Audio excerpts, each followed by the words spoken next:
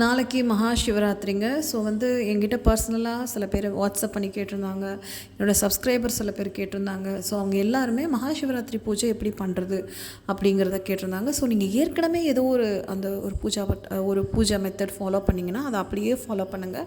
அப்படி இல்லை, நான் ஒரு பிகினராக இருக்கேன், நான் ஒரு சாதனா செய்யணும்னு ஆசைப்பட்றேன் அப்படின்னா நான் சொல்கிறது உங்களுக்கு அக்செப்டபுளாக இருந்தால் நீங்கள் ஃபாலோ பண்ணுங்கள். இப்போ நான் சிவபெருமான, அதாவது நீங்கள் என்னென்னா, நீங்கள் ஒரு லிங்கம் வீட்டில் வச்சுருக்கீங்க அப்படின்னா அந்த லிங்கத்துக்கு நீங்கள் எல்லா வகையான அபிஷேகமும் செய்யலாம். ஜென்ரலாக மகாசிவராத்திரிக்கு என்ன பண்ணுவாங்கன்னா, நாளைக்கு காலையிலேருந்தே சாப்பிட மாட்டாங்க. அதாவது அது நிர்ஜலா ஃபாஸ்டிங், தண்ணியே குடிக்காமல் ஃபாஸ்டிங் இருக்கிறது, தண்ணி மட்டும் குளித்து ஃபாஸ்டிங் இருக்கிறது, அதுக்கப்புறம் பழம் மட்டும் சாப்பிட்றது, இல்லை ஒரு வேளை சாப்பிட்றது, இப்படி 4 வகையான ஃபாஸ்டிங் மெத்தட்ஸ் ஃபாலோ பண்ணுறவங்க இருக்காங்க. ஃபாஸ்டிங் செட் ஆச்சுன்னா மட்டும் பண்ணுங்கள். ஏன்னா ஃபாஸ்டிங்கை விட அன்றைக்கி முழு ராத்திரியும் நீங்கள் முழுக்க ஒரு விழிப்புணர்வோடு இருந்து மந்திர உச்சாரணம் செய்கிறப்ப தான் நம்ம சக்தி ரொம்ப அதிகரிக்கும். ஏன்னா அதனால் நம்ம நாள் பூரா பட்னியாக இருந்து நைட்டு டயர்டாகி நம்ம தூங்கிடக்கூடாது. பட் அதே நேரத்தில் அளவு கடந்து நம்ம சாப்பிடவும் கூடாது. ஸோ நம்ம நீங்கள் அதாவது உங்களால் ஃபாஸ்டிங் இருந்து நீங்கள் பழக்கம் அப்படின்னா you can go for it. அப்படி இல்லையா, நீங்கள் மிதமாக சாப்பிடுங்க. அன்றைக்கி ரொம்ப எண்ணெய், காரம், உப்பு இதெல்லாம் சேர்க்காமல் லைட்டாக பசிக்கு மட்டும், அந்த பேசிக் எனர்ஜிக்கு மட்டும் சாப்பிட்டுட்டு மற்ற நேரங்களில் தேவையில்லாமல் எதுவும் பேசாமல் இருக்கிறது, இதெல்லாம் ரொம்ப நல்லது. அதாவது ஒரு மாதத்தில் வர்ற அமாவாசை பௌர்ணமியே ரொம்ப சக்தியாக இருக்குங்க. ஜென்ரலாகவே அமாவாசைக்கு ஒரு தன்மை இருக்குது, பௌர்ணமிக்கு ஒரு தன்மை இருக்குது. இப்போ அமாவாசை சிவபெருமானோட அந்த தன்மையை ஒத்துருக்கும், பௌர்ணமி தேவியோட தன்மையை ஒத்துருக்கும். கெட்ட விஷயங்கள் போகிறதுக்கு அமாவாசை, நல்ல விஷயங்கள் வர்றதுக்கு பௌர்ணமி வர்ஷிப் அப்படின்னு சொல்லுவாங்க.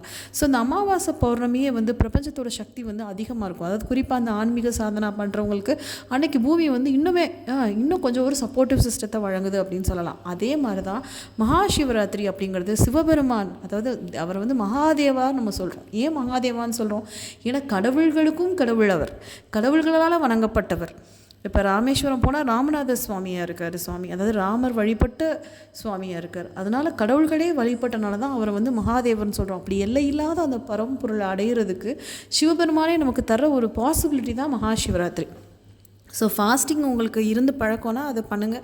அப்படி இல்லைன்னா நீங்கள் மிதமான ஒரு உணவு எடுத்துக்கலாம், இல்லை பழங்கள் சாப்பிட்லாம். சில பேருக்கு பழம் சாப்பிட்டா கூட திடீர்னு கட் சென்சிட்டிவிட்டியெல்லாம் இருக்கும். ஸோ அதெல்லாம் பார்த்துக்கோங்க. முக்கியமாக அந்த நைட்டு நம்ம விழிப்போடு இருக்கணும். அதாவது விழிப்போடு இருக்கணும்னா அன்றைக்கி நைட்டு நம்ம 4 காலமாக பிரிக்கிறாங்கங்க. சாஸ்திரம் எல்லாமே 4 காலமாக பிரிக்குது. 4 கால பூஜை சிவன் கோயில்களில் நடக்கும். நீங்கள் வீட்டில் இருந்து பூஜை பண்ணாலும் அந்த 4 காலமாக பிரிச்சுக்கோங்க. ஸோ முதல் காலம் 6:15 ஆரம்பிக்கும். ஆனால் நீங்கள் அதை அப்படி ஞாபகம் வச்சுக்கோன்னா, முதல் காலம் கிட்டத்தட்ட ஒரு 6 to 9 ஞாபகம் வச்சுக்கோங்க. 2வது காலம் 9 to 12. 3வது காலம் ரொம்ப முக்கியமான காலம், ரொம்ப பவர்ஃபுல்லான காலம், நிஷித் காலமும் அதில் தான் வரும். ஸோ கிட்டத்தட்ட 12 to 3, 12 to 3 அந்த டைமுக்கு ஞாபகம் வச்சுக்கோங்க. 4வது காலம் 3 to 6.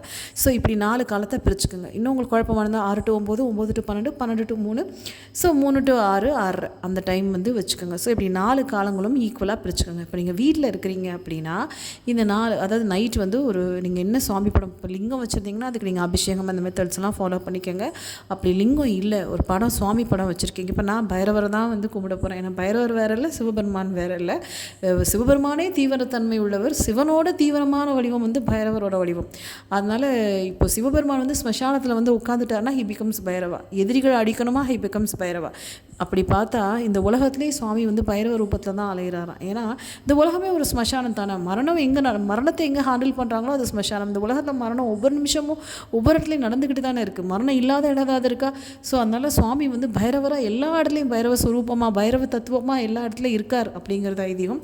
ஸோ நான் பைரவர் தாங்க கும்பிட போகிறேன். ஃபஸ்ட்டு ஒரு விளக்கு ஏற்றிடுங்க.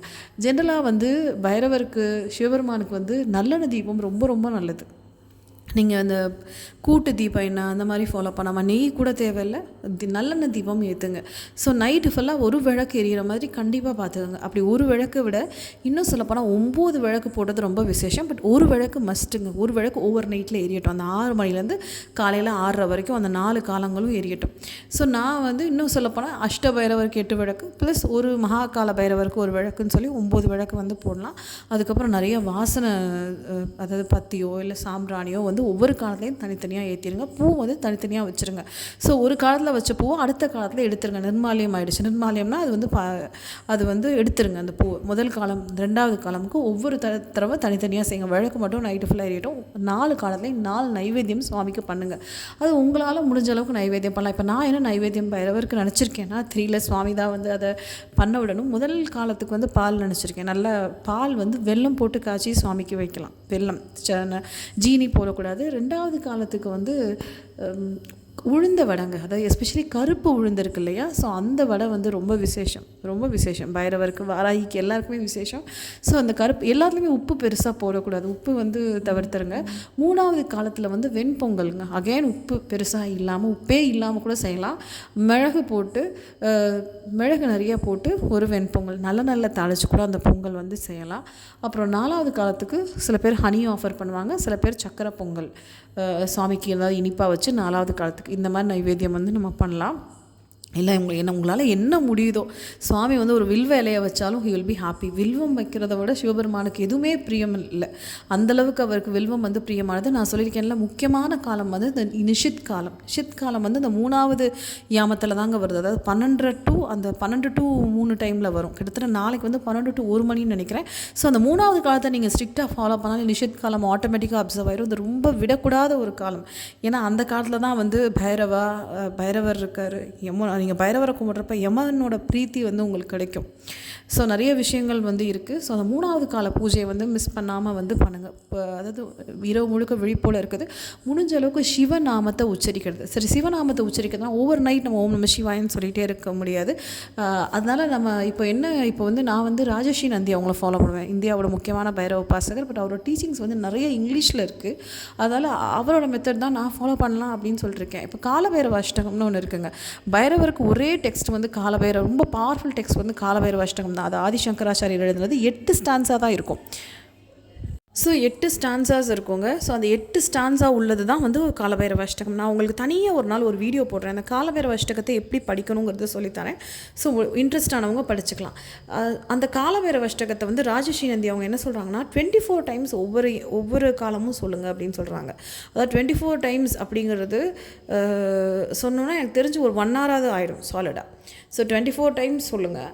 அதுக்கப்புறம் வந்து அதாவது 24 டைம்ஸ்னால் 4 காலம்னா 4 மணி நேரம் ஆயிரும் அதுக்கே. அதுக்கப்புறம் வந்து ஓம் பைரவாய நம இந்த ஜபம், அந்த ஜபத்தை வந்து பண்ணி பைரவரை நினைங்க. அடுத்த 2வது காலம் திரும்ப 24 டைம்ஸ் காலபைரவ அஷ்டகம், திரும்ப பைரவாய நம அப்படின்னு சொல்லலாம். ஸோ இந்த மெத்தட் தான் சொல்லியிருக்காங்க. ஸோ நான் பைரவரை கும்பிட்றனால இந்த மெத்தட் ஃபாலோ பண்ணுறேன். இல்லை உங்களுக்கு வேறு ஏதாவது சிவபெருமானோட மந்திரம் சொல்லணும் அப்படின்னாலும் சொல்லலாம். பட் என்னென்னா அந்த நைட்டு ஃபுல்லாக நீங்கள் என்கேஜாக இருக்கணும். நைட்டு ஃபுல்லாக வந்து சிவநாமத்தை வந்து உச்சரிக்கணும். ஏன்னா சும்மா நைட்டு ஃபுல்லாக முழிச்சிருந்தோம் அப்படின்னு இருந்துடக்கூடாது. ஸோ இது வந்து நம்ம பண்ணோன்னா எனக்கு தெரிஞ்சு இந்த ராஜஸ்ரீ நந்தி அவங்க கொடுத்தது ரொம்ப ரொம்ப பவர்ஃபுல் ப்ராக்டிஸ் அப்படின்னு நான் நினைக்கிறேன். ஏன்னா காலபைரவ அஷ்டகம் வந்து it has capacity to change the DNA it self. அது நிறைய விஷயங்களை வந்து டச் பண்ணும். ஸோ அதனால் உங்களுக்கு பிடிச்ச ஒரு ப்ராக்டிஸை வந்து நீங்கள் செய்யலாம். ஏன்னா நீங்கள் ஓம் நம சிவாய இப்போ நமசிவாயங்கிறதா மகாமந்திரம்னு சொல்கிறோம். அதை வந்து ஒரு 2 மணி நேரத்துக்கு மேலே உச்சரித்தா அதோட சக்தியை நம்ம தாங்கவே முடியாது. அவ்வளோ ஒரு பவர்ஃபுல்லாக இருக்கும் அது. ஸோ நீங்கள் வந்து இல்லாட்டி வந்து உங்களுக்கு அதெல்லாம் எனக்கு புதுசாக இருக்குது அப்படின்னா வந்து ஒரு கூகுள்லேருந்து டவுன்லோட் பண்ணி சிவபெருமானோட அஷ்டோத்திரம் அதை கூட ஒவ்வொரு யாமத்துலேயும் சொல்லலாம். முடிஞ்சால் சிவபெருமானுக்கு வில்வம் வாங்கி ஆஃபர் பண்ணலாம். ஏன்னா வில்வம் வந்து அவருக்கு அவ்வளோ பிடிக்குங்க. வேறு எல்லாத்த விட சுவாமிக்கு வந்து ரொம்ப சந்தோஷம். அதாவது ஒரு வில்வ மரத்தை பார்க்குறதே புண்ணியம் அப்படின்னு சொல்லுவாங்க. வில்வ மரத்தை தொடுறது கூட புண்ணியம் அப்படின்னு சொல்லுவாங்க. தர்ஷனம் பில்வ விருக்ஷைச ஸ்பர்ஷனம் பாபநாசனம் அகோர பாப சம்ஹாரம் ஏக பில்வம் சிவார்ப்பணம். அதாவது வில்வ மரத்தை பார்க்குறதும் புண்ணியம், அதை தொடுறதும் புண்ணியம். ஒரு வில்வத்தை வச்சாலே எவ்வளோ பெரிய பாவமும் கரைஞ்சு போயிடும்னு சொல்லுவாங்க. ஸோ பக்தியோடு வைக்கிறது.